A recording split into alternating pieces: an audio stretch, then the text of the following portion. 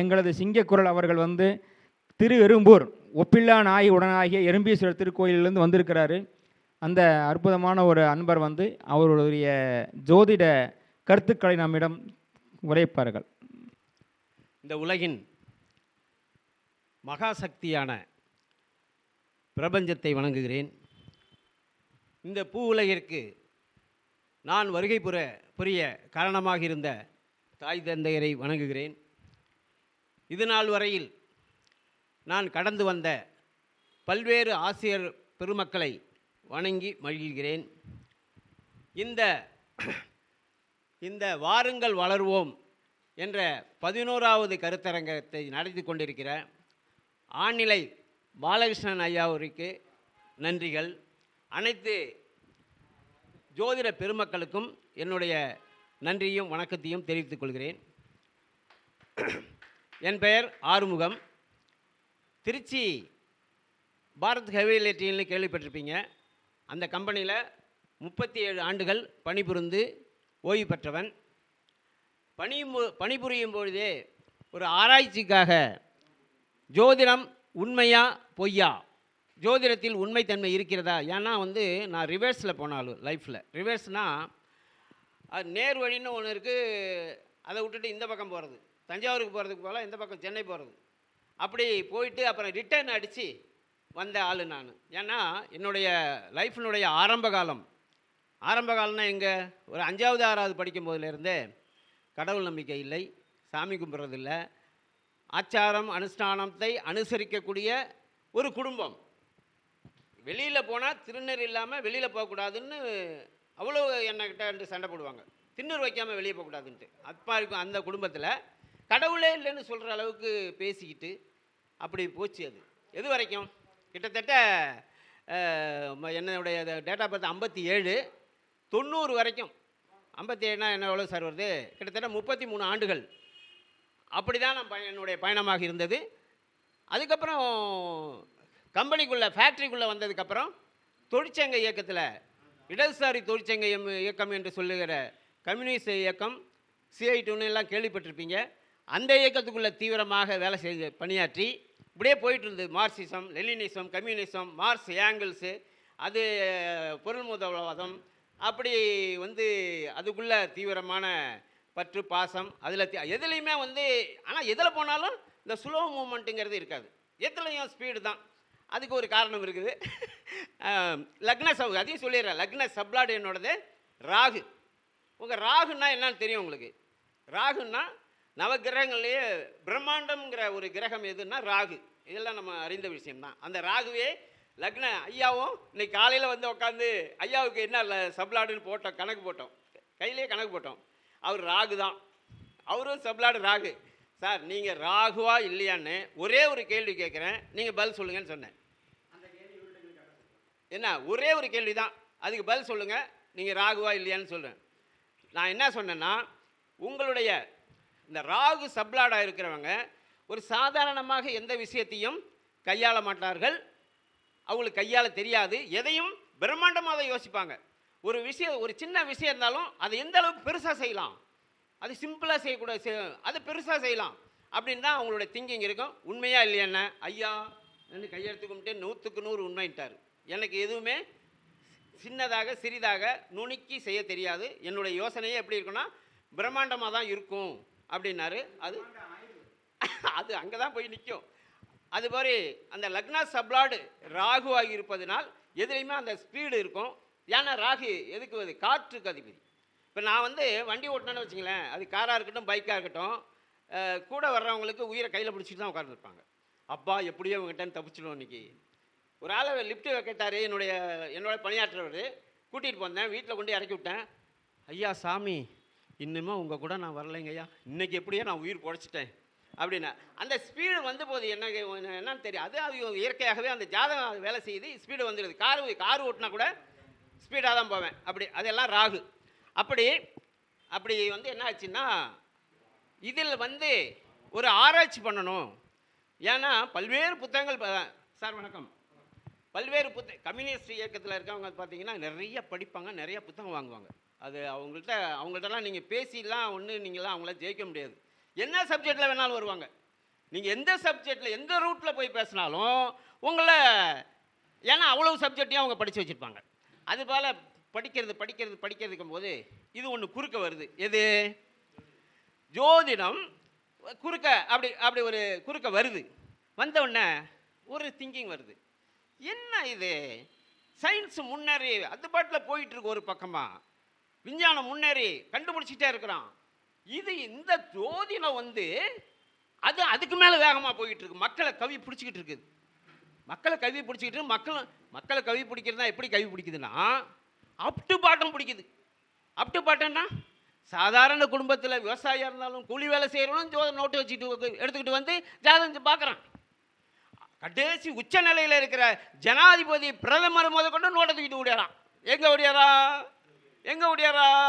ஜோதிடத்தை ஓடியாரான். அப்போ என்னையா இருக்கு, எல்லாரையும் இழுத்துக்கிட்டு வருது.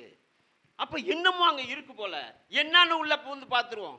என்ன மார்க்சிசம் லெனினிசமே படித்து உலக அரசியலை பற்றி படித்தவனுக்கு இந்த ஜோதிடம் என்ன பெருசா? என்ன ஜோதிடம் என்ன அவ்வளோ பெருசா? பார்க்குறோம் உள்ள பூந்து.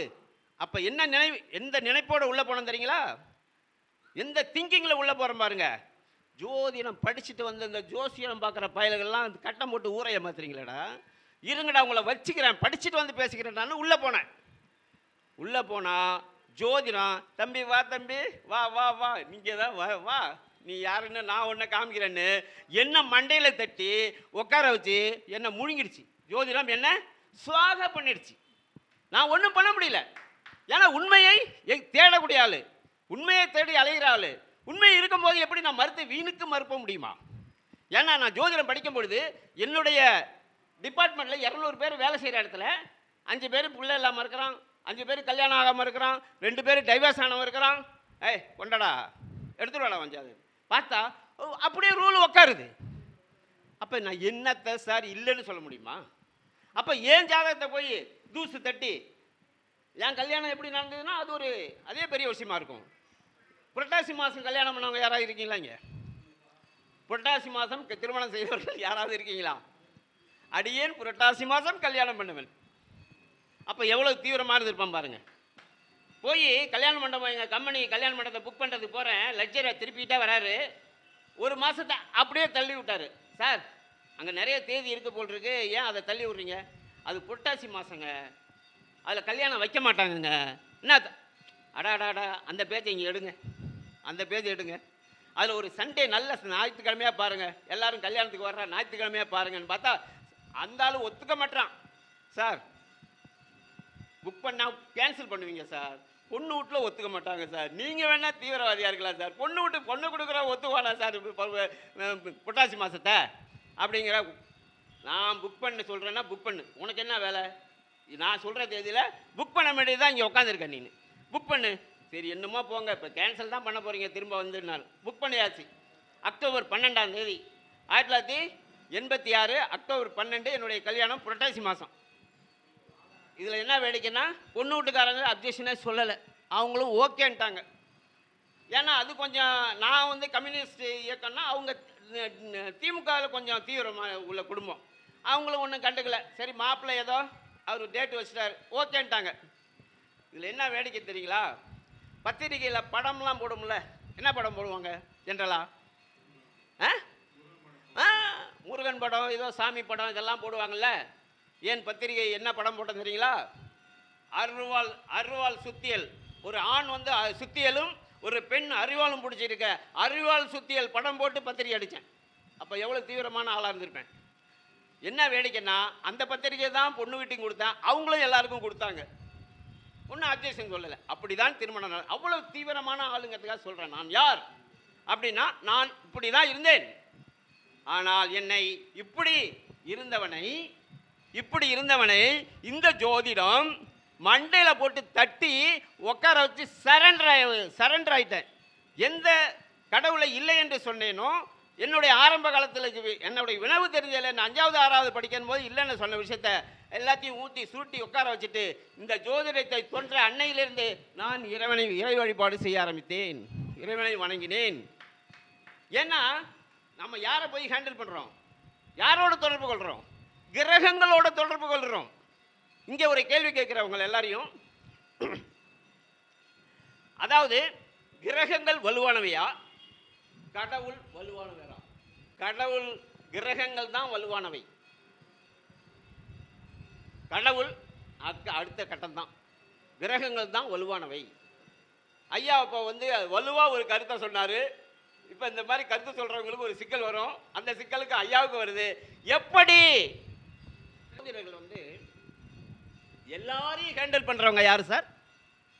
எல்லாரையும், அனைத்து விதமான கேட்டகரி உள்ள மக்களையும் கையாளுகிற பவர் யார்கிட்ட இருக்குது? ஜோதிடர் இருக்கு. ஜோதிடர் தான் இருக்குது. அப்ப ஜோதிடர்கள் எல்லாரையும் ஹேண்டில் பண்ற அளவுக்கு கெப்பாசிட்டி உள்ள ஆளா இருக்கணும். ஐயா கரெக்டா? அப்ப இதுக்கு உறுதுணையாக அவர் சொல்லிட்டாரு, கிரகங்கள் தான் வலுவையானது. இன்னும் கொஞ்சம் கிளாரிட்டியா சொல்லுவோம். அவர் ஒரு கிளாரிட்டியான ஒரு பதில் சொன்னாங்க. இன்னும் கிளாரிட்டியா வேணும்னா, நம்ம சில புராண கதைகளை இதெல்லாம் கேட்கும்போது சில கடவுள்கள் சாபம் பெற்றுறாங்க.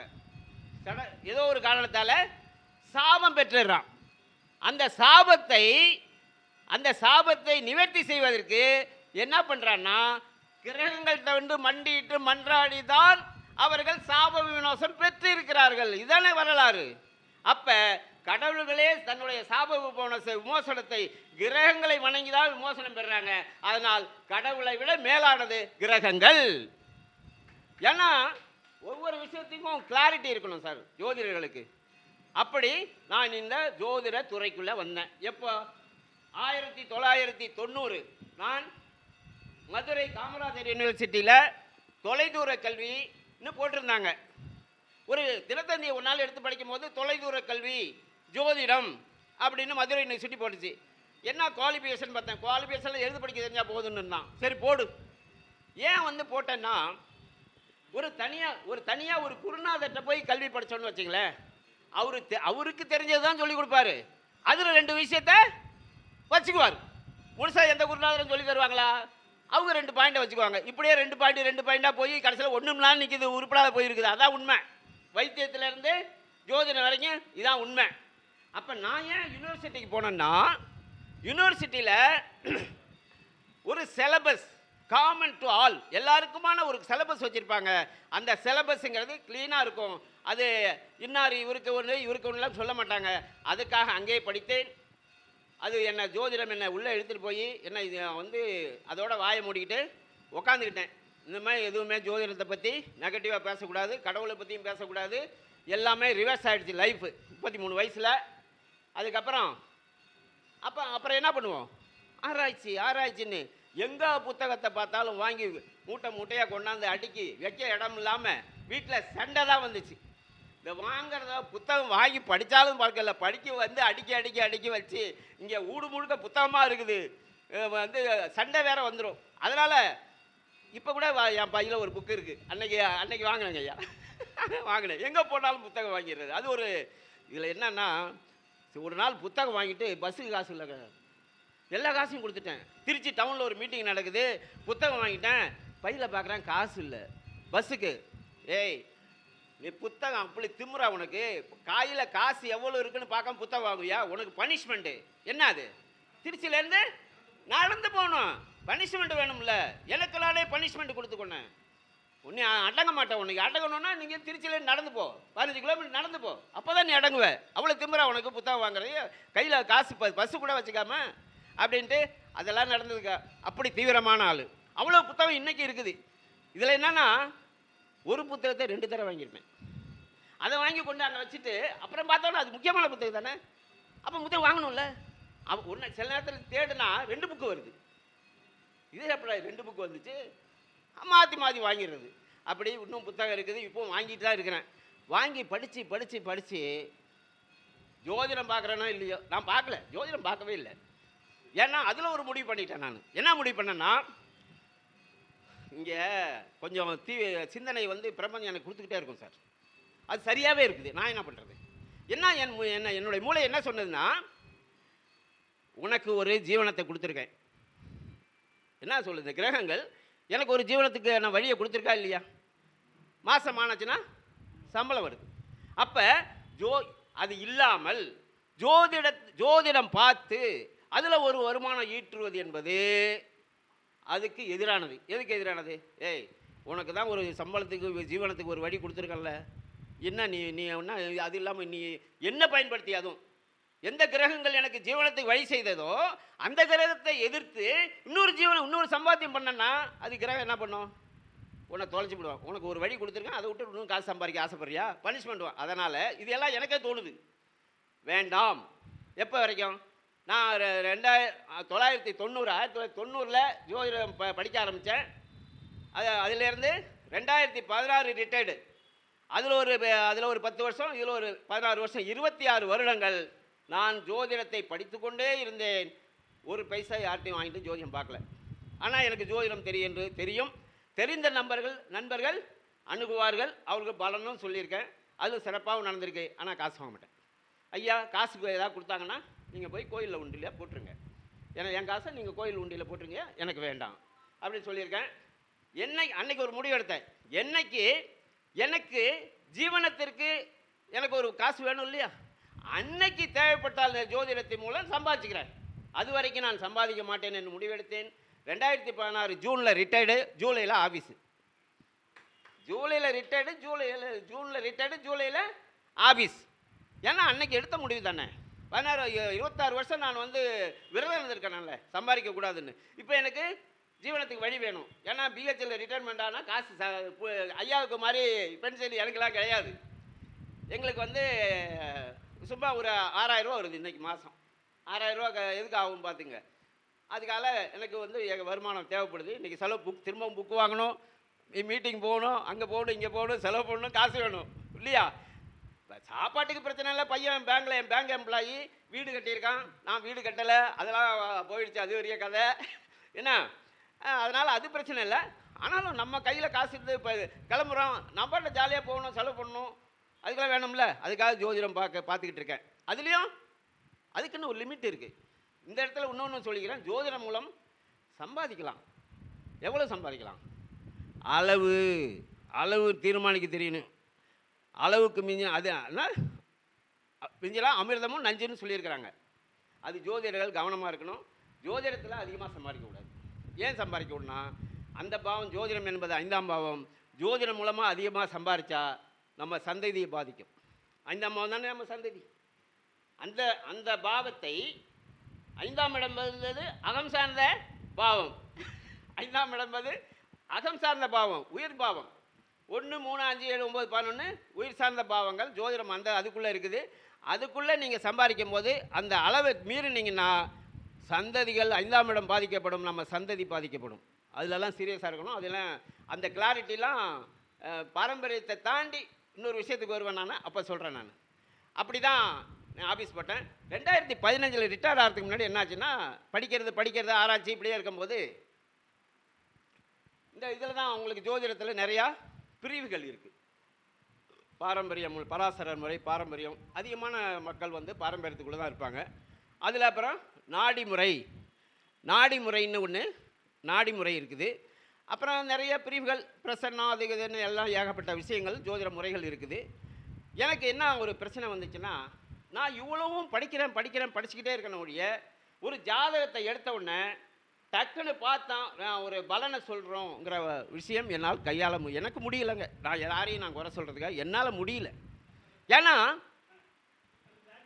ஏன்னா விதிகள் அதிகம். பாரம்பரிய முறையில் விதிகள் அதிகம். அப்போ விதிகள் அதிகமாக இருக்கும்பொழுது அந்த விதிகள் எது கொடுத்துருக்காங்க?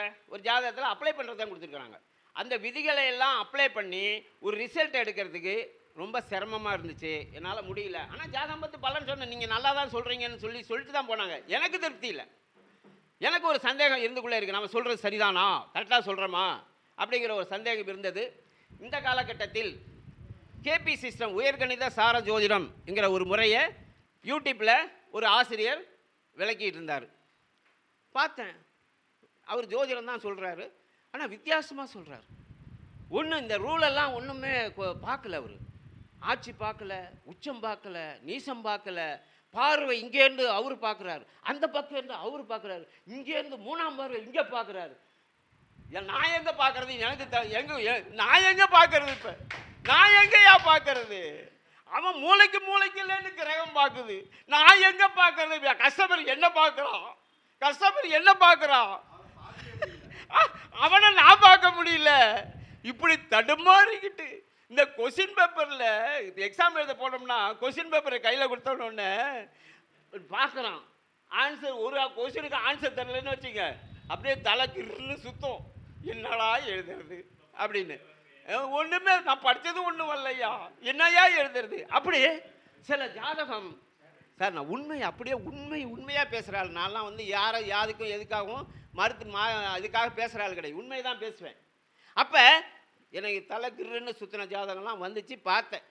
எங்கள் குருநாதரே சொல்லுவார், ஐயாவுக்கு மட்டும்தான் தலை சுற்றி இருக்கும் பாருங்க அப்படிம்பாரு, கிண்டல் அடிப்பார் என்ன. அப்படிப்பட்ட கஷ்டமான வேலை இந்த பாரம்பரியத்தில் வந்து பலன் எடுக்கிறது. ஆனாலும் நீங்கள்லாம் உண்மையிலேயே புண்ணியவான்கள். நீங்களாம் கடவுளுக்கு நிகரானவர்கள். ஜாதகம் பார்த்து சொல்லிக்கிட்டு இருக்கீங்க, ஜெயிச்சுக்கிட்டு இருக்கீங்க. உங்களுக்கு கோடி நமஸ்காரங்கள். சமாளிச்சுக்கிட்டு இருக்கீங்க. ஆனால் நான் தடுமாறிக்கிட்டு இருந்தேன். அப்போ எனக்கு ஒரு பளிச்சுன்னு ஒரு வழி தெரிஞ்சது. இது பரவாயில்லையே, பார்த்தம்மா அடித்தான், டக்குன்னு அடிக்கிறதுக்கு ஒரு சரியான வழியை காமிக்கிறாரேன்ட்டு பார்த்தேன். 2 வீடியோ தான் பார்த்தேன். இதுக்கு உடனே வாங்கி அவன் இதுதான் நமக்கு வேணும்ன்ட்டு உடனே அதில் நம்பர் தான் ஓடிக்கிட்டு இருக்கோம்ல, உடனே கால் பண்ணேன். சென்னைக்கு அவருக்கு தேவராஜ், அவர் பேர் தேவராஜ். இன்றைக்கி சென்னையில் ஆசிரியராக இருக்காங்க, ஜோதிட ஆசிரியர். என்ன சார் ஃபோன் பண்ணேன், சொல்லுங்கள் சார்னாரு. நான் திருச்சியிலேருந்து ஆறுமுகம் பேசுகிறேன் சார். சொல்லுங்கள் சார்னார், உங்கள் வீடியோ பார்த்தேன், ரொம்ப சிறப்பாக இருக்குது. எனக்கு உங்களுடைய புத்தகங்கள் அனைத்தும் வேணும். புத்தகங்கள் 1 2 இல்லை சார். எப்பயுமே நம்ம பழக்கம் புத்தகம் வாங்குறதுலாம் நான் வந்து பேய் மாதிரி வாங்கணும்னு தெரியுமே. உங்களுடைய நீங்கள் எழுதிய அனைத்து புத்தகங்களும் வேணும். உங்களுடைய சாஃப்ட்வேர் இது ஜாதகம் பார்க்குற சாஃப்ட்வேர் இருக்கா? இருக்குது சார், அதுவும் வேணும். எவ்வளவு சார் அமௌண்ட்டு? 9000 ரூபா, 2015. உடனே அடுத்த நிமிஷம் போனேன், சிடிஎம்மில் போட்டு காசை போட்டு 9000 அனுப்பிச்சி விட்டேன். அடுத்த நாள் எனக்கு புத்தகமும் அந்த சாஃப்ட்வேர் சிடி எல்லாம் வந்துருச்சு. அடுத்த நாள் சென்னை முழுகுது. 2015 டிசம்பரில் சென்னை முழுகுச்சு தெரியுங்களா? அப்போ தான் நான் நாள் தான் சாஃப்ட்வேர் வாங்கினேன். அடுத்த நாள் அவர் வீடு கொண்டு அந்த ஏரியா காட்டுப்பாக்கம், அவர் அங்கே தண்ணியில் முழுகிச்சு. எனக்கு வந்துருச்சு. இல்லைன்னா 1 வாரம் ஆயிருக்கும். வாங்கி இம்மிடியேட்டாக ஒரு கம்ப்யூட்டர் இன்ஜினியர் நமக்கு பழக்கமான இருக்கார், அவர் கூப்பிட்டு இன்ஸ்டால் பண்ணிட்டேன். இப்போ ஜாதகம் பார்க்கணும். அவர் இன்ஸ்டால் பண்ண கம்ப்யூட்டர் சார் என் ஜாதகத்தை போடுங்க சாருங்கிறாரு. என் ஜாதகத்தை போடுங்க சார்னு. சார் அவர் வேலை பார்த்துருக்காருல்ல, சரி அவர் ஜாதகத்தை போடுவோம், அவரும் மனிதர் தானே, அவருக்கும் ஜாதகம் உண்டு தானே, சொல்லுங்கள் சார் போட்டுருன்னு போட்டுட்டு போடும்போதே அவர் சொன்னார், சார் எனக்கு ஒரே கேள்வி தான் சார், எனக்கு வேறு கேள்வியே இல்லை அப்படின்னா. சொல்லுங்கள் சார் அப்படின்னு. நான் கோடீஸ்வரன் ஆவனா ஆக மாட்டேனா? ஒரே கேள்வி தான் சார், ஒரே கேள்வி தான். நான் கோடீஸ்வரன் ஆகவனா ஆக மாட்டேனா அப்படின்னாரு. பார்த்தேன் நான் இன்னொரு கேள்வி உங்கள்கிட்ட கேட்குறேன், அதுக்கு நீங்கள் பதில் சொல்லுங்கள், நான் உங்கள் கேள்விக்கு நான் பதில் சொல்கிறேன்னு கேளுங்க சார்னாரு. அப்போ அவருக்கு குரு தசை நடக்குது. அவர் கேள்வி வைக்கும் போது குரு தசை நடக்க ஆக்டிவில் வந்துருச்சு. அதுக்கு முன்னாடி எதை கடந்து வந்திருக்காரு? ராகு திசையை கடந்து குரு தசைக்கு வந்திருக்கிறார். அப்போ நான் கேட்டேன், சார் ராகு தசை இந்த காலம் வரைக்கும் நடந்திருக்குது, இந்த காலகட்டத்தில் உங்களுடைய பொருளாதார நிலை எப்படி இருந்தது அப்படின்னு கேள்வி வச்சேன். அவர் உடனே, சார் எப்போவுமே ஒரு 50,000 1 லட்சம் அக்கௌண்ட்டில் இருந்துக்கிட்டே இருக்கும் சார். பல இந்த கல்வி நிறுவனங்கள் இருக்கு இல்லையா, 50 கம்ப்யூட்ரு 100 கம்ப்யூட்டர்னு வாங்குவாங்க அவங்க லேபுக்கு. அப்படிலாம் கொடுத்து எனக்கு எப்பயுமே காசு ஓட்டம் சூப்பராக இருந்துச்சு சார். எப்போயுமே அக்கௌண்ட்டில் காசு இருந்துக்கிட்டே இருக்கும் சார். ஆசா போச்சான்னு அவ்வளோ அனுபவிச்சிருக்கார் ராகு திசையில். அதை அவர் பிரம்மாண்டமாக சொன்னார். சொன்னோடனே சொல்லி முடித்தார். நான் சொன்னேன், நீங்கள் கோடீஸ்வரர் ஆகிறதுக்கு வாய்ப்பே இல்லை. ஏனென்று சொன்னால் அவருக்கு இருக்கிற 9 கிரகங்களில் மிக அதிகமாக பொருளாதாரத்தை தரக்கூடிய கிரகம் ராகு. அந்த ராகு திசை முடிந்து விட்டது, குரு திசை கீழே இறங்கி விட்டது, அதுக்கு வர்ற சனி திசையும் ஏற போறது இல்லை. இங்கே கிளீனாக காமிச்சிருச்சு. அப்போ நீங்கள் கோடீஸ்வரன் ஆகிறதுக்கு வாய்ப்பே இல்லை. இப்படியே மெயின்டைன் பண்ணிக்கிட்டு மதிப்பு மறுவாத அந்தஸ்து அத்தனையும் கிடைக்கும், பெரிய மனிதர்களுடைய தொடர்பு கிடைக்கும், உங்களுக்கு கோடீஸ்வரனாக வாய்ப்பே இல்லைன்னு சொல்லியாச்சு பலன். அவர் 1 வாரம் கழிச்சு ஃபோன் பண்ணார், சார் நீங்கள் சொல்லும் போது எனக்கு கொஞ்சம் வருத்தமாக தான் இருந்துச்சு, ஆனாலும் அப்புறம் நான் ஜீரணிச்சுக்கிட்டேன் சார். உண்மை அதுதான் சார். அப்போ நான் ஏற்கனவே என்ன சொன்னேன், பாரம்பரியத்தில் பார்க்கும்போது எனக்கு கிருன்னு சுற்றிச்சு, பலன் எடுக்கிறதுக்குள்ளே நான் படாத பாடுபட்டேன்னு சொன்னேன். கேட்ட அடுத்த நிமிஷம் நீ வாய்ப்பே இல்லை, பொருளாதாரம் உனக்கு கொடுத்து ஒரு கிரகம் கெடுத்து முடிச்சிருச்சு, அடுத்த கிரகம் கீழே போகுது, அடுத்த கிரகம் சனி தசையும் கீழே தான் போகுது. ஆனால் உடல்நிலை பாதிப்பு இருக்காது, அந்தஸ்து மரியாதை எல்லாம் கிடைக்கும், பொருளாதாரத்தில் உயர வாய்ப்பில்லை. முடிஞ்சு போச்சு. இதுக்கு என்ன பயிற்சி பெற்றனா? பயிற்சியே எடுக்கல. இதில் என்ன வேடிக்கைன்னா, நான் இன்னும் கிளாஸ் அட்டன் பண்ணல சார். யூடியூப்பில் பார்த்துட்டு அவர்கிட்ட ஃபோன் பண்ணி சாஃப்ட்வேர் வாங்கிட்டேன், புக்கு வாங்கிட்டேன், எல்லாம் வாங்கிட்டேன். யூடியூப்லேயே அவர் கிளாஸ் எடுத்திருக்காரு. அந்த கிளாஸை பார்த்து நான் கிளாஸே முடிச்சிட்டேன். நான் அவர் எப்படி ஆசிரியர்னா ரொம்ப அருமையான, அது மாதிரி நல்ல ஆசிரியர்லாம் கிடைக்க மாட்டாங்க. சில பேர் இன்றைக்கி சில ஆசிரியர்கள் நான் பார்க்குறேன் தமிழ்நாட்டில், ஒரு தும்மல் போட்டாங்கன்னு வச்சுக்க அதுக்கு ஃபீஸு, ஒரு இருமல் வந்துருச்சுன்னா ஃபீஸு, அப்படி காசு வாங்குகிற இந்த தமிழ்நாட்டிலேயே ஆசிரியர்கள் இருக்கிறாங்க. எல்லாத்துக்குமே காசு தான். அவர் எப்படி தெரியுங்களா, இப்போ இது மாதிரி ஒரு 30 பேரை வச்சு கிளாஸ் எடுக்கிறான்னு வச்சுங்க, அப்படியே வீடியோவாக பதிவு பண்ணுறவர். இவங்க நம்ம எல்லாம் 30 பேர் எப்படி பண்ணியிருக்காங்க, காசு பணம் கட்டி படிக்கிறாங்க. அந்த பணம் கட்டி படிக்கிறதுக்கு என்ன சொல்லிக் கொடுப்பாரோ அதை அப்படியே வீடியோவாக பதிவு பண்ணி யூடியூப்பில் ஏற்றி விட்டுருவார். நீங்கள் காசு கட்டாமல் என்ன படிக்கலாம், அந்த கிளாஸை அட்டன் பண்ணி படிச்சுக்கலாம். நான் கேட்டேன், சில நண்பர்கள் கேட்டோம், சார் நீங்கள் என்ன எல்லாத்தையும் யூடியூப்பில் நீங்கள் எடுக்கிற கிளாஸெல்லாம் போட்டிங்கன்னா அப்புறம் அதையே படிச்சுக்குவாங்களே, உங்கள்கிட்ட யாரும் வர மாட்டாங்களே அப்படின்னா, படிக்கட்டும் சார், அதை மீறி வர்றவங்க நமக்குன்னு இருக்கும் சார், உலகம் பறந்து விரிஞ்சு கிடக்கு, நம்மக்கிட்ட வர்றவங்க வருவாங்க சார் அப்படிம்பாரு. நான் அப்படி அவருடைய வீடியோவெல்லாம் 1க்கு 10 தரம் பார்த்து அவர்கிட்ட கிளாஸுக்கு போகாமே நேரில் பார்க்காமையே நான் பலன் பார்க்க ஆரம்பிச்சிட்டேன். ஏன்னா சாஃப்ட்வேர் வந்துருச்சு, கார் வந்துருச்சு சார் வீட்டுக்கு, இது கிளட்ச் எது, பிரேக் எது, ஆக்சிலேட்டர் எதுன்னு சொல்லி கொடுத்தாச்சுன்னாக்க அப்புறம் கொஞ்சம் இப்படினாலும் ஓட்டிடலாம்ல. நான் ஓட்டிட்டேன். ஆனாலும் குருநாதருக்கு உள்ள மரியாதை செய்ய வேண்டும் என்று சொல்லி அந்த வெள்ளம் வடிஞ்சதுக்கப்புறம் டிசம்பர் 25ஆம் தேதி அங்கே சென்னைக்கு போய் அவர் வீட்டில் 3 நாள் தங்கி அவருக்கான தட்சணையை கொடுத்துட்டு வகுப்பான தட்சணையை கொடுத்துட்டு வகுப்பு அட்டன் பண்ணிட்டு வந்தேன். அப்போ அன்றையிலிருந்து இன்று வரை 10 வருடங்களாக நான் கேபி முறையில் ஜோதிடம் பார்த்து கொண்டிருக்கிறேன். 10,000 ஜாதகம் பார்த்தாச்சு. 10,000 ஜாதகம் பார்த்தாச்சு. ஒரு ஜாதகம் கூட பலன்கள் தப்பவில்லை. இப்போ எக்ஸ்பீரியன்ஸ் வந்துருச்சு இல்லை. இப்போ ஒரு ஜாதகம் வருது, ஜாதகத்தை அப்படி ஒரு கிளான்ஸ் பார்த்த உடனே தெரிஞ்சு போயிடும் இந்த ஜாதகம் எதுக்காக நம்மகிட்ட வந்திருக்கிறோம். பார்த்தோன்னே தெரியும் சார், பார்த்தோன்னே எதுக்கு வந்திருக்காங்க. அன்னைக்கு என்னுடைய யூடியூப் பதிவு பார்த்துட்டு சென்னையிலேருந்து ஒரு பையன் 42 வயசு ஃபோன் பண்ணுறான். ஃபோன் பண்ணிவிட்டு ஐயா ஜாதகம் பார்க்கணும், பார்த்துருவோம் தம்பி, அனுப்பிவிடு, டீட்டெயில்ஸ் அனுப்பிவிடு, பார்த்துருவோம். ஜாதகத்தை போட்டேன் சார், போட்டுட்டு பலன் சொல்லணும். போட்டுட்டு அவன்கிட்ட முத கேள்வி நான் சுற்றி வளைச்சிலாம் அந்த கதா காலாட்சியம் பண்ணுறதெல்லாம் நமக்கு பிடிக்காது. ஸ்ட்ரைட்டாக போய் குறவலை பிடிக்கிறது தான் நம்ம வேலை. ஒரே கேள்வி, தம்பி நீ 37 வயசில் கல்யாணம் பண்ணியிருக்கணும், 37 வயசில் நீ கல்யாணம் பண்ணியிருந்தால் அந்த கல்யாண வாழ்க்கை என்பது சிறப்பாக போயிருக்கும், நீ எப்போ கல்யாணம் பண்ண அப்படின்னு கேட்டேன். சார் 33 வயசு ஆகிடுச்சோன்னா எல்லாம் 33 வயசு ஆகிடுச்சு, அப்படியாச்சு இப்படிச்சு என்ன பேசுனாங்க. சரி எனக்கும் 33 வயசு ஆகிடுச்சு, இதுக்கு மேலே லேட்டாக கூட 33ல் நான் கல்யாணம் பண்ணிட்டேங்கய்யா அப்படின்னா. அடுத்த கேள்வி டைவர்ஸ் ஆகிடுச்சான்னு தான் கேட்டேன். 33 வயசில் கல்யாணம் பண்ணிட்டேன்ல, 37 கல்யாணம் பண்ணணும், இவன் 4 வருஷத்துக்கு 33 வயசில் கல்யாணம் பண்ணிருக்கான், வாழ முடியாது, அப்போ டைவர்ஸ் ஆகிடுச்சு கேட்டேன். டைவர்ஸ் ஆகிடுச்சு சார்ன்ட்டான். இதை விட என்ன சார் வேணும் உங்களுக்கு பலனு, இதை விட என்ன வேணும், அவ்வளோ துல்லியமாக வருது. இதில் என்னன்னா 2 குழந்தைகள் பெற்றிருக்கான். அந்த 2 குழந்தைகள் ஜாதகம் கூட அவங்களை ஒன்று சேர்க்கவில்லை. நீங்கள் பல குடும்பங்களில் பார்க்கலாம், இவங்க 2 கோளாறு இருந்தாலும் குழந்தைகள் ஜாதகம் அருமையான ஜாதகமாக இருந்தால் அப்பாவும் அம்மாவையும் சேர்த்து வைக்கிற ஜாதகம்லாம் இருக்குது. அந்த 2 குழந்தை பிறந்தும் கூட ஒன்றா இருக்க முடியல, பிரிந்து இருக்கிறாங்க, டைவர்ஸ் ஆகிருக்கிறாங்க. அடுத்த கேள்வி அவன் என்ன கேட்குறான்னா, சார் நான் டைவர்ஸ் வாங்கிட்டேன், எனக்கு 2வது திருமணம் உண்டா அப்படின்னாரு. 2வது திருமணம் இல்லை. பதில் அங்கே இல்லை தம்பி, உனக்கு முதல் திருமணம் தான், நீ டைவர்ஸ் வேணா சட்ட ரீதியாக இன்னும் டைவர்ஸ் பண்ணிக்கலாம். பொண்டாட்டி அதுதான், புள்ள அதுதான். இன்னும் ஒரு 3 வருஷம் வெயிட் பண்ணு, அந்த காலம் வருது, நீ போய் கூட்டிகிட்டு வந்து அவங்க தான் மனைவி, அவங்க தான் பிள்ளைங்க, அவங்களோட வாழு. நீ 2வது கல்யாணத்துக்கு போனால் அதுவும் டைவர்ஸில் தான் போகும். அதுக்கப்புறம் அடுத்த சான்ஸும் கிடையாது உனக்கு. ஒரே திருமணம்.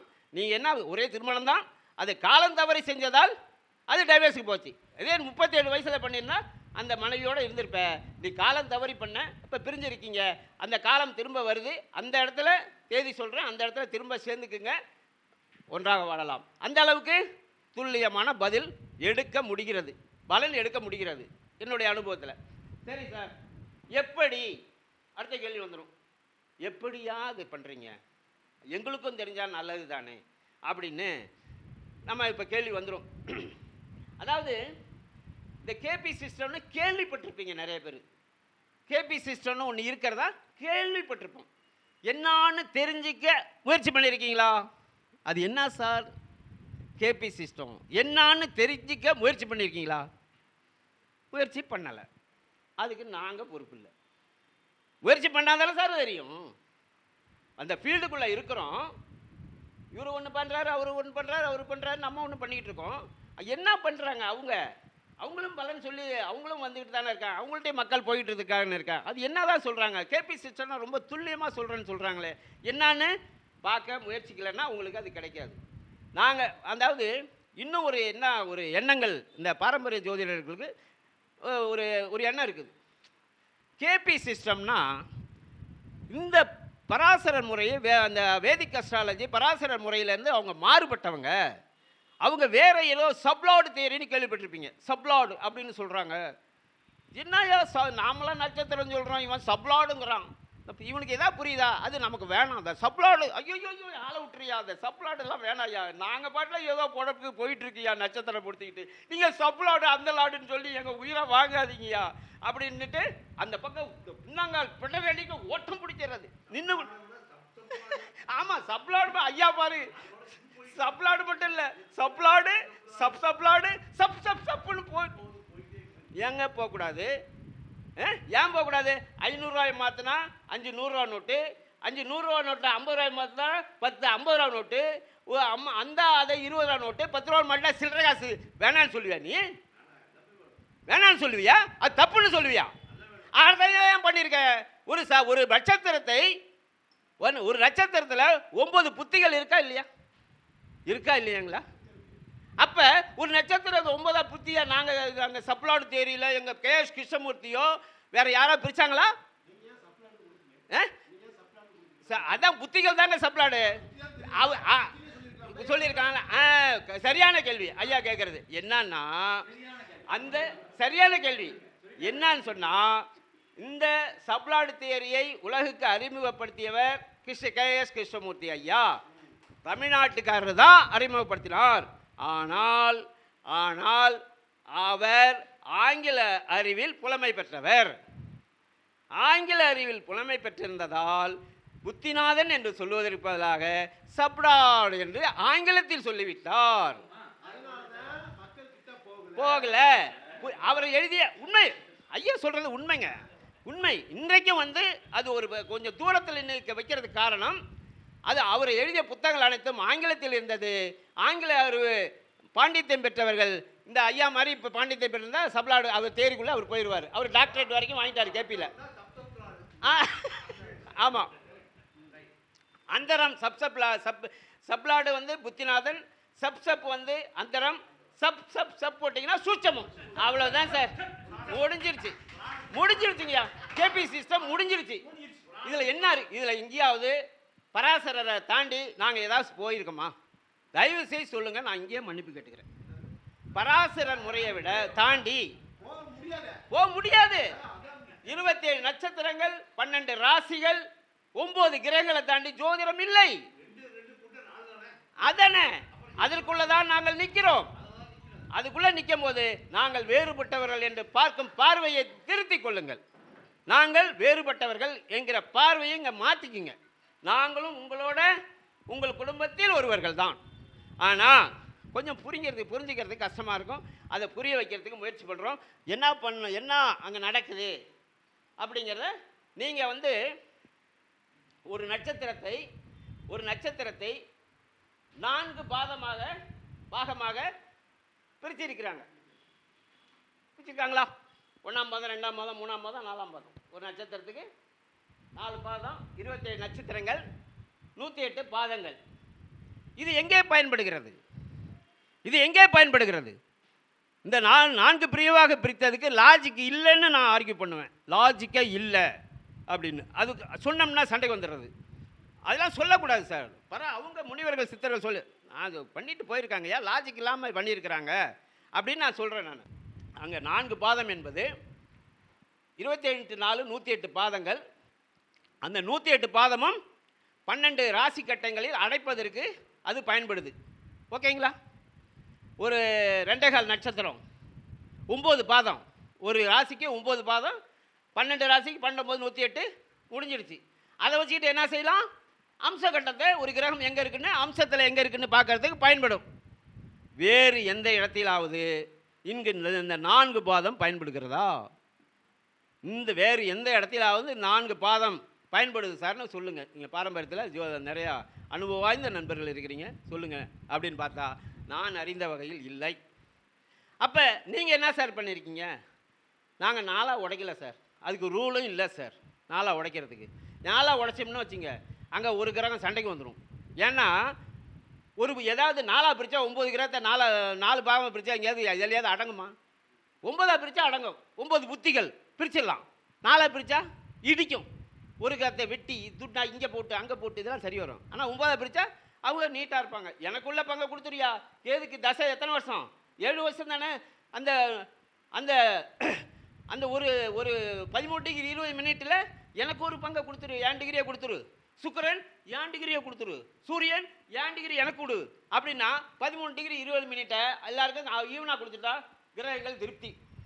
அப்பா எனக்கு 7 வருஷம் எனக்கு தசாபதி கொடுத்துருக்காங்க, என் டிகிரி எனக்கு கொடுத்துட்டாங்க. சுக்கிரன் நான் 20 வருஷம் எனக்கு உள்ள டிகிரி அதிகமானோம்ல, எனக்கு உள்ளது கொடுத்துரு. ஆமாம் இந்த வாங்கிக்க, கொடுத்தாச்சு. எல்லா கிரகமும் திருப்தி. இந்த 4ஆக உடைச்சிங்கன்னா திருப்தி வருமா? வராது. எங்கேயாவது ஒருத்தனை அவன் வெட்டணும். அப்போ 9ஆக பிரித்திருக்கிறார்கள். கேஸ்கே பிரிக்கல. இப்பயும் சொல்லிடுறேன், பராசரர் 9 புத்திகளை கொடுத்தது தான் இங்கே நாம் பயன்படுத்துகிறோம். அப்போ இங்கே என்ன நடக்குதுன்ற பாருங்க. இங்கே பாருங்க,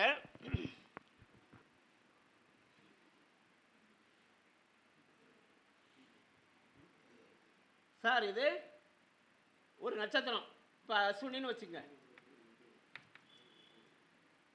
அஸ்வினி கேதுடைய நட்சத்திரம் அஸ்வினி எங்க இருக்குது?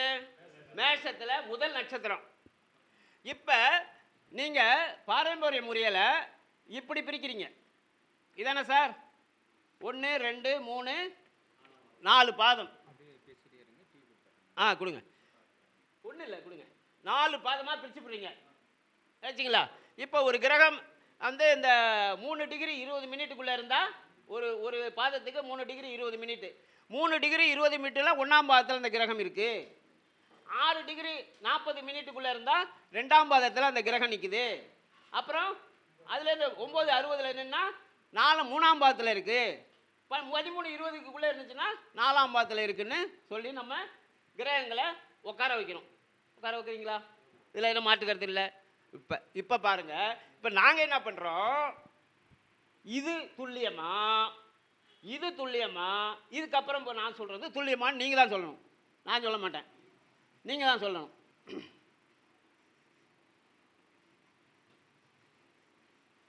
இப்போ சார் நாங்கள் 4ஆக பிரிக்கிறது இல்லைன்னு சொன்னேன் இல்லையா? நாங்கள் 4ஆக பிரிக்கிறது இல்லை.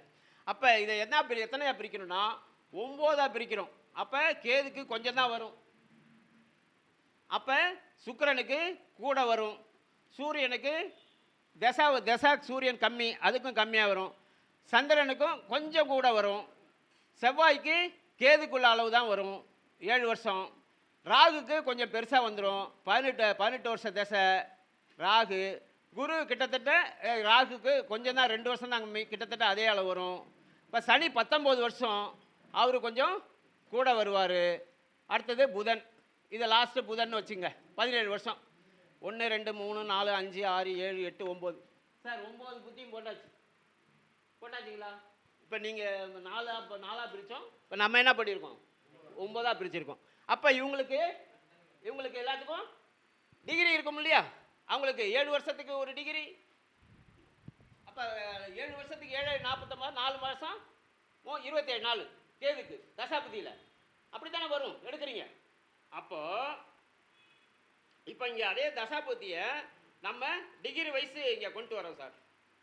டிகிரி வயசுக்கு கொண்டு வந்தோம்னா கேது எவ்வளோ டிகிரினா 0.4640 சார் கேது. அடுத்தது சுக்கிரனுக்கு 2 டிகிரி 13 மினிட்டு 40 கலை விகலை. அடுத்தது சூரியனுக்கு 40 மட்டுமே டிகிரி இல்லை, 40 செகண்ட் மட்டுமே சூரியன். அடுத்தது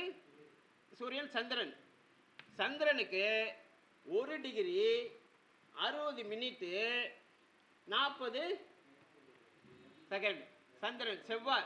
செவ்வாய்க்கு 0.4640. ராகு வந்து ராகு தான் ரொம்ப பெரிய 18 வருஷம் இல்லை, கரெக்டாக அவர் 2 வருஷத்தை எடுத்துக்கிறார், 2 டிகிரி எடுத்துக்கிறார்.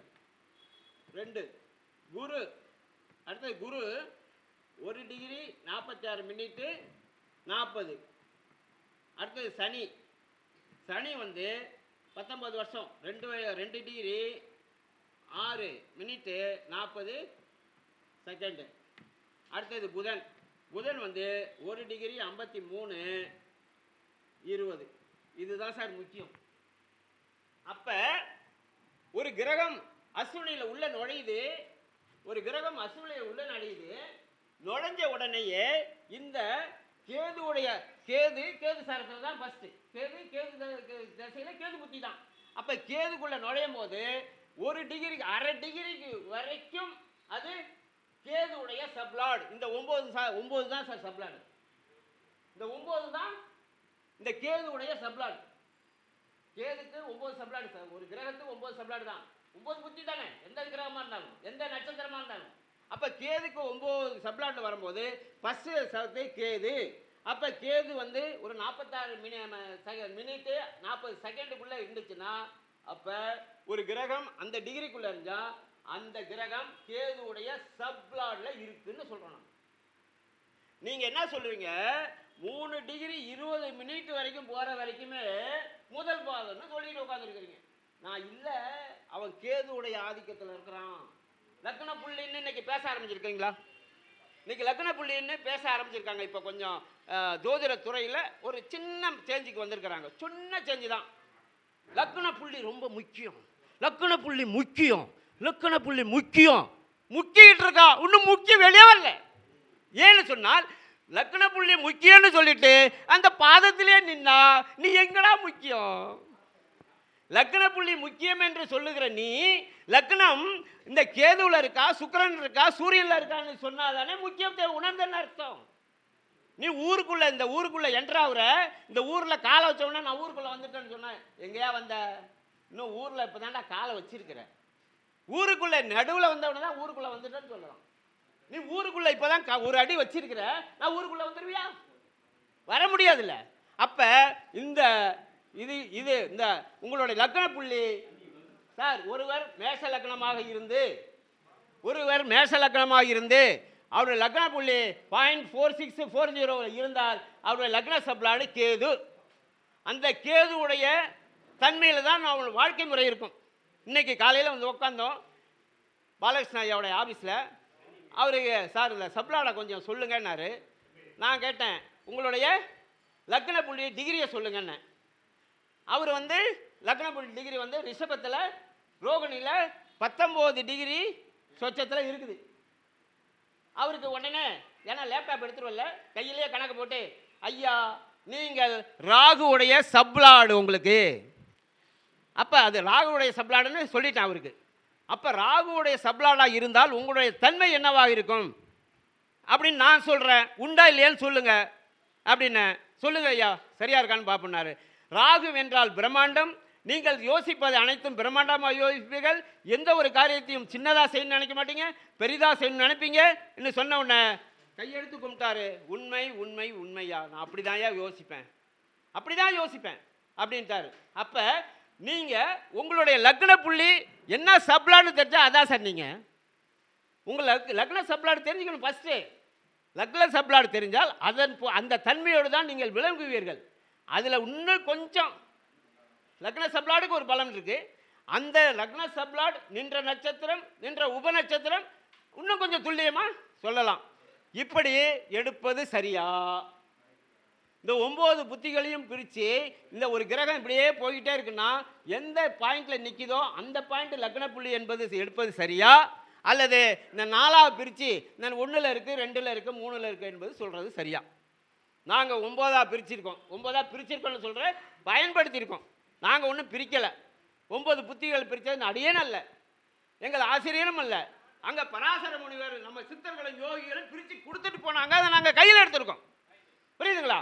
அப்போ இதுதான் துல்லியமே ஒழிய நீங்கள் 4ஆக பிரிச்சுட்டு அதில் இருக்குது, 4ல் இருக்குது, 3ல் இருக்குது, 2ல் இருக்குன்னா அது அதனால்தான் பாரம்பரிய ஜோதிடம் இன்னைக்கு கேள்விக்குறியாக நிற்குது.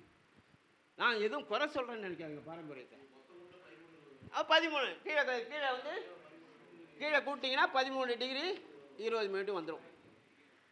அப்போ இன்னைக்கு பாரம்பரிய முறையில் 10 பேரை உட்கார வைப்போம் தனித்தனியாக, ஒரு ஜாதகத்தை கொடுப்போம்.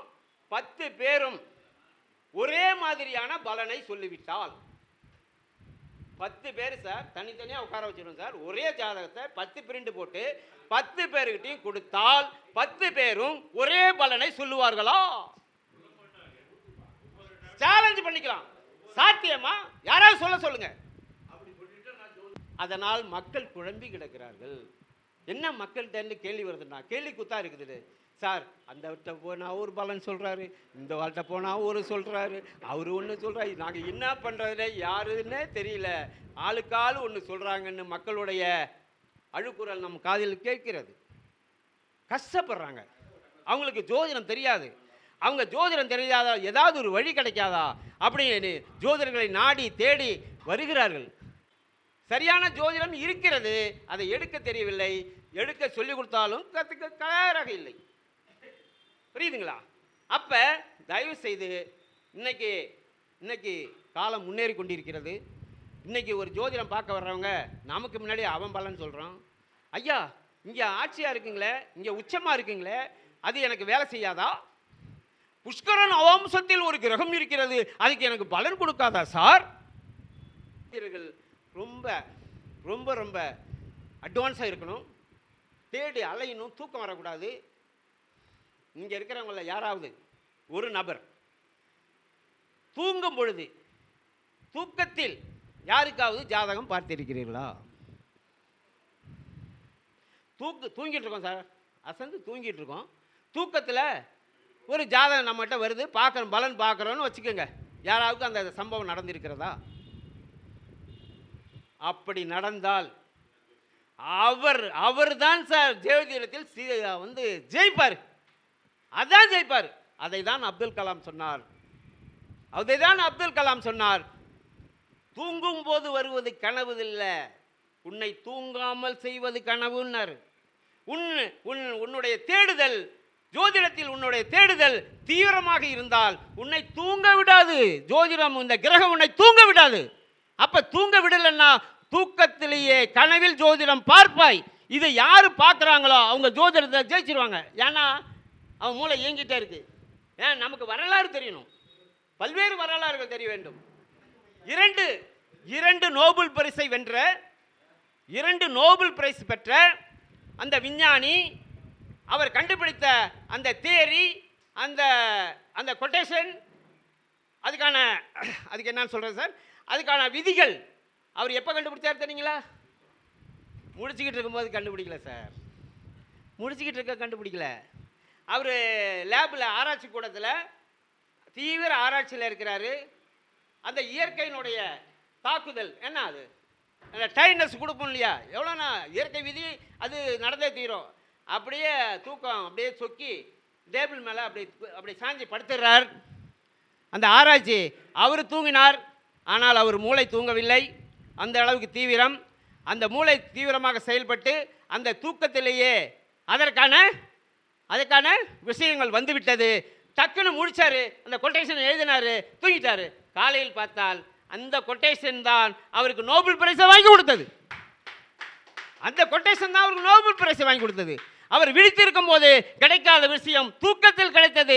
அது கிடைத்தது காரணம் அவர் தீவிரமான சிந்தனை. அவர் தூங்கினாலும் அவர் மூளை இயங்கி கொண்டது, கொட்டேஷனை கண்டு கொடுத்துச்சு. அதுக்கு தான் சொல்கிறேன், நம்ம ஜோதிடர்கள் யாராவது அந்த அளவுக்கு தீவிர சிந்தனை இருந்தால் உங்கள் கனவிலே நீங்கள் யாருக்காவது ஒரு ஜாதகம் பார்ப்பீர்கள், நல்ல பலனை சொல்லுவீர்கள். அப்படி சொன்னால் நீங்கள் சிறந்த ஜோதிடராக ஆக முடியும். ரைட்டுங்களா? இன்னைக்கு பேசிக்கலான விஷயம் சப்ளாடுங்கிறத என்னன்னு சொல்லியிருக்கிறேன். ஐயா என் பேக்கு கொஞ்சம் அதில் ஒரு பேப்பர். இது ஒரே ஒரு விஷயத்தை சொல்லி நான் முடிச்சிடுறேன். ஏன்னா ஐயா நிறைய பேர் பேச வேண்டியிருக்கு. ஒரு அறிமுகம் தான் கொடுத்துருக்கேன் இன்னைக்கு. இதில் நிறைய சப்ஜெக்ட் இருக்குது.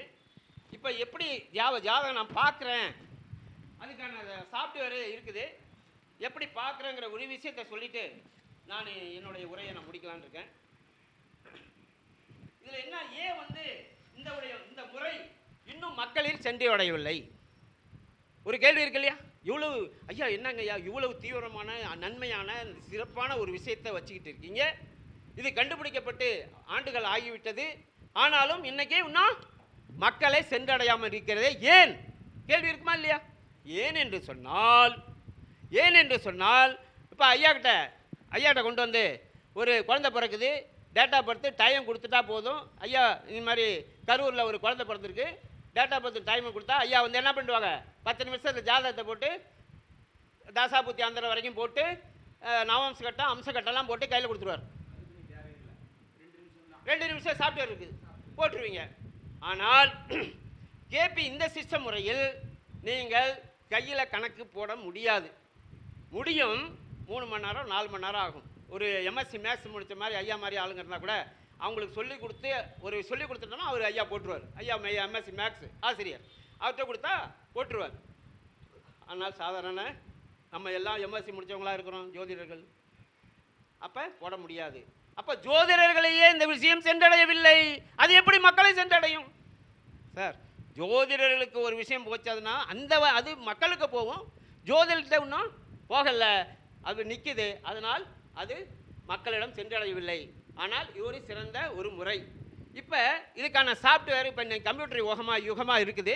இதுக்கு இன்ஜினியர்ஸ் இருக்கிறாங்க, அவங்கள்ட்ட இந்த கணக்கை சொல்லி கொடுத்து கூட உட்காந்து எனக்கு இப்படிலாம் வேணும்னு சொல்லி கொடுத்ததில் அவங்க இப்போ இன்றைக்கி கேபி முறையில் வந்து அப்படியே சாஃப்ட்வேராக உள்ளே போட்டு ரிசல்ட்டுன்னா எப்படி, இப்போ ஐயாவுடைய date of birth time particulars கொடுத்தோன்னா எம்ஆர்ஐ ஸ்கேன் எடுத்துருவோம். நாங்கள் அவரை எம்ஆர்ஐ ஸ்கேன் ஏன் சொல்கிறேன்னு வச்சுங்களேன், என்ன சார் ஜோதிடத்துக்கும் எம்ஆர்ஐ ஸ்கேனுக்கு என்ன சார் இருக்குது? எம்ஆர்ஐ இதெல்லாம் ரொம்ப அதிகம் சார், நீங்கள் எம்ஆர்ஐ ஸ்கேன்றதெல்லாம் சொல்கிறது ரொம்ப அதிகம் சார், இதுக்குன்னு பில்டப் பண்ணால் இப்படி பண்ணக்கூடாது சார், அதெல்லாம் கேள்வி வரும்.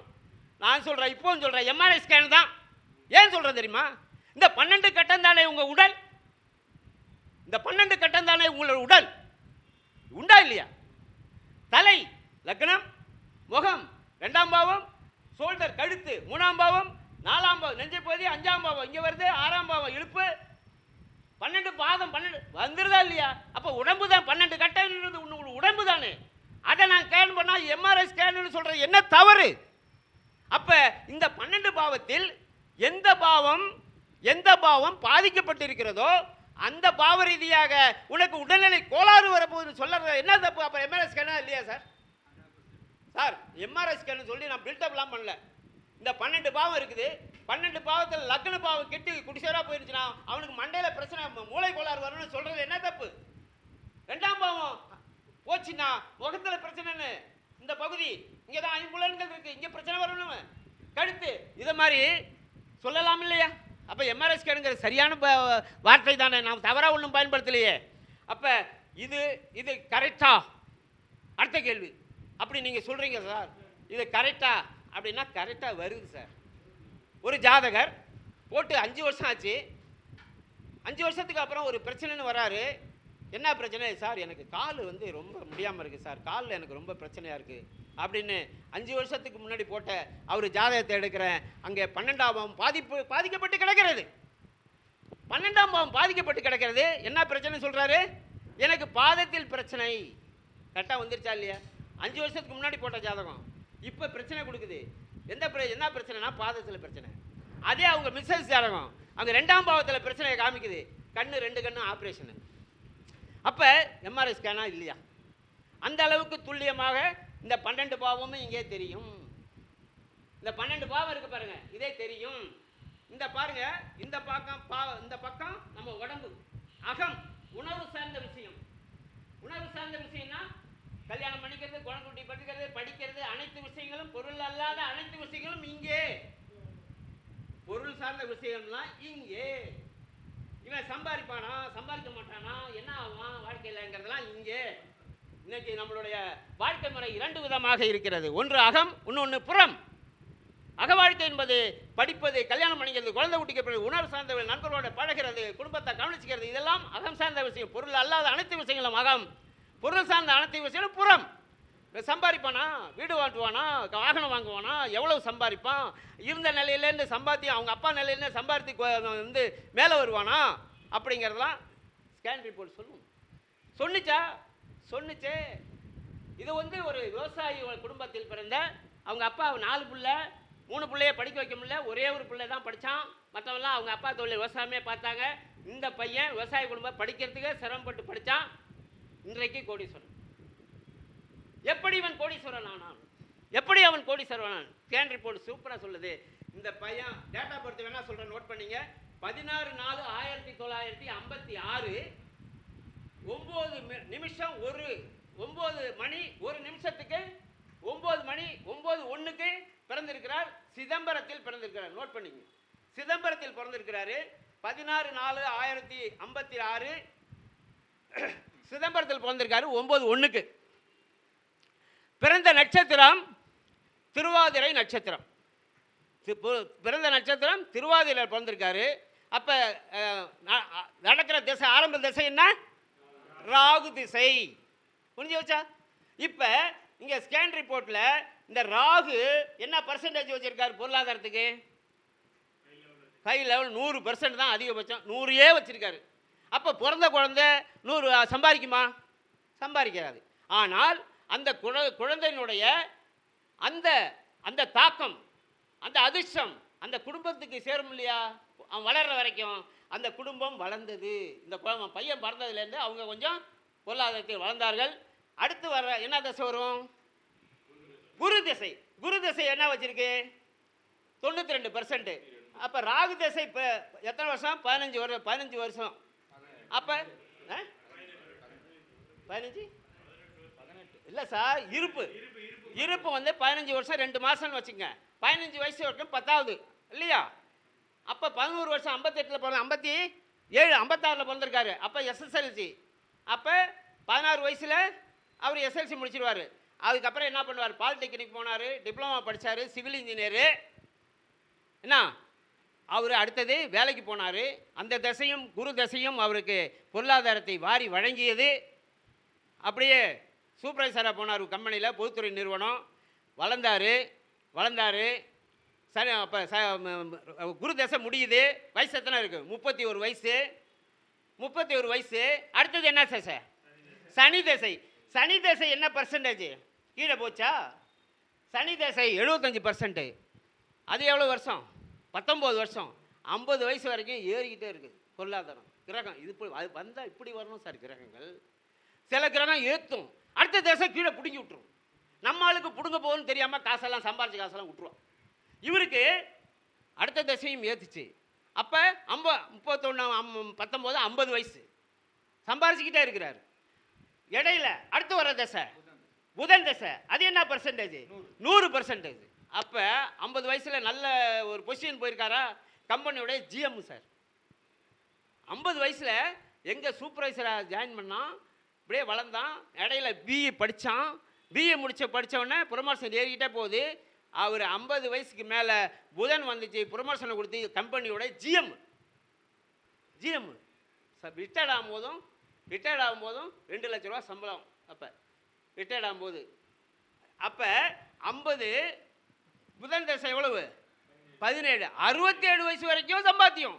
50 வயசுல வச்சுக்க மாட்டான் கம்பெனியில், 60 வயசுல வீட்டுக்கு அனுப்பியிருப்பான். ஆனால் இவர் விட்டலாயும் சம்பாதித்தார். அது எப்படி? அவர் ஒரு சிவில் இன்ஜினியர், டிராயிங் போடுற பிளானிங்கில் இருந்தார். இவரை தேடி ரிட்டையர்ட் ஆனாலும் விட மாட்டான். வீட்டுக்கு வந்து ஐயா எனக்கு வீட்டுக்கு பிளான் போட்டு கொடுங்க, ஐயா எனக்கு வீட்டுக்கு பிளான் போட்டு கொடுங்கன்னு. அவர் சம்பாத்தியம் நிற்கவே இல்லை. அவர் நிறுத்தினாலும் வேண்டாயா விட்டுருங்க, ஏன்னாலும் வீட்டுக்கு வந்து போட்டு கொடுங்க சார்னு கேட்டு இந்த கிரகம் அவரை விடவில்லை. இன்னைக்கு அவன் கோடீஸ்வரன். கோடீஸ்வரன். இந்த இடத்துல ஒரு விஷயத்தை சொல்ல வேண்டும். என்னன்னா, இந்த கிரகங்கள், இந்த இயற்கை, இந்த பிரபஞ்சம் ஒன்றை கொடுத்தால் ஒன்றை மறுத்துவிடும். இதானே பிரபஞ்ச விதி. இரண்டையும் தருமா? இரண்டையும் தருமா? எனக்கு ரெண்டும் வேணும் சார். ஓடா, ஒன்று தான்டா, உனக்கு எது வேணுமா அது வேணுமா? அப்ப இவருக்கு தொடர்ந்து நடந்த திசைகள் இவருக்கு பொருளாதாரத்தை வாரி வழங்கியது. அகம் சார்ந்த விஷயத்தை அதை தர மறுத்துவிட்டது. அமையவில்லை. குடும்பம் அமைந்தது. எப்படி அமைஞ்சதுன்னா, அந்த 8 தொடர்பு இல்லாமல் வந்துச்சு எல்லாமே. 2-6-10 வந்ததால, 8-12 இல்லாதால குடும்பம் அமைந்தது. ஆனால் குழந்தை பாக்கியம் கிடைக்கவில்லை. சார் அக்யூரேசியா இருக்கு சார். இங்க பாருங்க, இதானே அகம். இங்கே வலுத்த இந்த கிரகம் இங்கே வலுக்கவில்லை தானே. அப்ப இங்க வலுத்த 2 கிரகம் சூரியன் சந்திரன். சூரியன் சந்திரன் புத்தி வந்து தசை நடந்ததா? 2 கிரகம் இங்க வலுத்தது, ஆனால் தசை நடத்தவில்லை. அப்ப தசை நடத்த அத்தனை பேரும் டவுன்ல இருக்கிறான். அவருக்கு குழந்தை பாக்கியம் கிடைக்கவில்லை. காசு கிடைச்சது, குழந்தை பாக்கியம் கிடைக்கல. செயற்கை கருத்தறுப்பு முறையில் ஒரு குழந்தை எடுக்கப்பட்டது. ஜோதிடம் எந்த அளவுக்கு அக்யூரேசியா இருக்குங்கிறத சொல்றேன் நான். எந்த அளவுக்கு அக்யூரேசியா இருக்கு பாருங்க. அவன் எவ்வளவு முயற்சி பண்ணி குழந்தை கிடைக்கல. சென்னையில் ஜெமினி கணேசனுடைய பொண்ணு டாக்டரு, அந்த பொண்ணுகிட்ட போய் ட்ரீட்மெண்ட், அவங்க தான் முதல்ல அதெல்லாம் செஞ்சுக்கிட்டு இருந்தாங்க. அவங்கள்ட்ட போய் ட்ரீட்மெண்ட் எடுத்து ஒரே ஒரு ஒத்த குழந்தையா ஒரு பையன் பிறந்தால் எவ்வளோ கரெக்டாக இருக்கு பார்த்தீங்களா? இதுக்கு தான் சொல்கிறேன், துல்லியம் இங்கே இருக்கிறது. வாருங்கள், நம்மளை தேடி வருவர்களுக்கு நல்ல விஷயத்தை சொல்லலாம். நல்ல விஷயம் கொஞ்சம் முயற்சி பண்ணுங்க, கொஞ்சம் வாங்க, கொஞ்சம் வந்தீங்கன்னா நல்ல விஷயத்தை சொல்லலாம் என்று சொல்லி இதுகாரும் வாய்ப்பளித்த ஐயா அவர்களுக்கு, பாலகிருஷ்ணன் ஐயா அவர்களுக்கு நன்றி கூறி, இந்த அமைப்புக்கு வாருங்கள் வளருவோம் என்று சொல்கிற இந்த அமைப்பிற்கு நன்றி சொல்லி என்னுடைய உரையை முடித்துக் கொள்கிறேன். நன்றி, நன்றி, வணக்கம் ஐயா. அதாவது இவ்வளோ வெயில்லையும் அடமலை. எப்படிங்க? இவ்வளோ வெயில்லையும் அடமலை கொட்டி தீர்த்துச்சு. அப்படியே கட கட கட கட கட கட கடன்னு இப்போ கேபிக்கு வந்து வலு சேர்ந்துக்கிட்டே இருக்குது. இதுக்கு முதல்ல நம்ம ராதாகிருஷ்ணன் ஐயா வந்து கேபிக்கு வந்து வலு சேர்த்துக்கிட்டு இருந்தார். அதுக்கப்புறம் வந்து நம்ம ஆர்மு ஐயா அவர்கள் வந்து ஒன்று கோயம்புத்தூர்லேருந்து வர்றாங்க, ஒன்று இந்த பக்கம் கிழக்கேருந்து ஒருத்தர் வர்றாங்க, மேற்கேருந்து ஒருத்தர் வர்றாங்க. 2 பக்கமும் அப்படியே கரூருக்கு கேபி உள்ளுக்குள்ளே. அதை அடுத்த வருஷம் வந்து கேபியினுடைய மாநாடாகவே முழு எல்லாருமே பண்ணுறேன்னு சொல்லி ஐயா சொல்கிறதுக்கு தகுந்த மாதிரி நடக்குமோ என்னமோன்னு தெரியல. அந்த மாதிரி தான் மெருகு ஏறிக்கிட்டு இருக்குது கேபிக்கு. அதே மாதிரி அந்த துல்லியமான முறையில் இந்த மாதிரி ஐயா சாஃப்ட்வேர் வச்சுருக்காங்க, மென்பொருள் ஏதோ போட்டிருக்காங்க. உங்களுக்கு ஏதாவது தேவையான ஐயாட்ட கேளுங்க, பண்ணுவாங்க. ஒரு அற்புதமான ஒரு செய்திகளை ஒரே விஷயம் சொல்லுங்கள் ஐயா. இப்போ வந்து பார்த்தீங்கன்னா, இப்போ நான் வந்து உங்களுக்கு எம்ஆர்ஐ ஸ்கேன்னு சொல்லிடுறேன், என்னென்னமோ சொல்லிகிட்டு இருக்கேன். உங்களுக்கு ஒரு சின்னதாக ஒரு ஆசை வரலாம். பரவாயில்லையே, நம்ம ஜாதகம் கூட இப்படி இருந்தால் பரவாயில்லையே, நம்மக்கிட்ட என்ன இருக்குது, நம்ம உடம்பு ஒரு 40 வயசுக்கு மேலே ஜென்ரல் செக்அப் பண்ணிக்கோங்க, ஒரு பிளட் டெஸ்ட் பார்த்துருங்க, ஹார்ட்டில் போய் என்ன இருக்குன்னு பாருங்க சொல்கிறாங்களா இல்லையா? சில பேர் பார்க்குறோமா இல்லையா? ஆமாம், ஜென்ரல் செக்அப்புக்கு போயிட்டு வந்துடணும் சார், வயசு வேறு 40 50 ஆகிடுச்சு, ஒரு பக்கம் இந்த பக்கம் சுருக்குங்க எப்பப்போ சொல்கிறோமா இல்லையா? உங்களுக்கு வேணுமா இது? இந்த எம்ஆர்ஐ ஸ்கேலு உங்களுக்கு வேணுமா? ஒன்றும் கஷ்டப்படாதீங்க. போய் சாஃப்ட்வேர் வாங்கணும்னு அவசியம் இல்லை, லேப்டாப் வாங்கணும்னு அவசியம் இல்லை. லேப்டாப்பு 40,000 50,000, சாஃப்ட்வேர் ஒரு 15,000, அதெல்லாம் ஒரு செலவும் இல்லை. ஏன் செல் நம்பரை நோட் பண்ணிக்கோங்க. உங்கள் date of birth, time, birth place, கூடுதலாக உங்களுடைய கல்வி என்ன படிச்சிங்க, ஸ்கூலு காலேஜ் ஏதோ ஒன்று படிச்சிருப்பீங்களா, எஸ்எல்சி ஃபெயிலாக ஒரு டிகிரி படிச்சிருக்கீங்களா, ஐயா மாதிரி எம்எஸ்சி, அதை மட்டும் எழுதி அனுப்புங்க. Date of birth, time, birth place, உங்களுடைய கல்வி இதை அனுப்புங்க என் நம்பருக்கு. என் நம்பரை நோட் பண்ணிங்க, 8610-299-524 ஆறுமுகம். ரைட்டுங்களா? 8610-299-524 என்ன போர்டில் எழுதி போட்டுருங்க, பார்த்துக்கலாம். அனுப்புங்க. உங்களுக்கு உங்களுடைய எம்ஆர்ஐ ஸ்கேன் உங்கள் வாட்ஸ்அப்புக்கு வந்து சேரும். 8610 இங்கே எழுதுங்க பெருசா.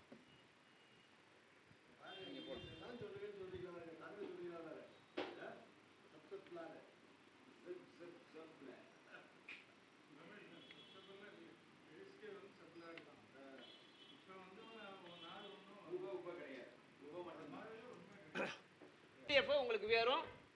அப்போ நீங்கள் பார்த்தீங்கன்னா உங்கள்கிட்ட என்ன இருக்குது சரக்கு, நம்ம ஜாதகத்தில் என்ன சரக்குங்கிறது நீங்கள் தெரிஞ்சுக்கலாம். ஓகேங்களா? நன்றி நன்றி, வணக்கம், வாழ்த்துக்கள் சார். ஐயா தான் படிங்க. நம்ம செவ்வாய் ஆதிக்கம் அதிகமுள்ள நமது ஐயா அவர்கள் திரு எறும்பூரிலிருந்து வந்தார். எறும்பு அப்படின்னாலே செவ்வாய் ஆதிக்கம்தான். அப்போ செவ்வாய் தான். அப்புறம் கம்யூனிஸ்ட் இருந்திருக்கேங்கிறாரு. அப்பயே முடிஞ்சு போச்சு. சைனா ஆமாம் முழுக்க மேட்ரு முடிஞ்சு போச்சு. மேச செவ்வாய் ஆதிக்கம். திருவெரும்பூர்னாலே மேசம்தான். திருவெரும்பூர்னாலே மேசம்தான். முழுக்க செவ்வாய் வேற ஆதிக்கம். அங்கேயே பிறந்திருக்காரு. அப்புறம் எப்படி இருப்பார்? வணக்கம். அது மாதிரி மிக அற்புதமான முறையில் ரொம்ப அற்புதமாக பேசியிருக்காரு. ஐயாவெல்லாம் தொடர்பு கொண்டுக்குங்க, எல்லாம் பார்த்து பழகுங்க.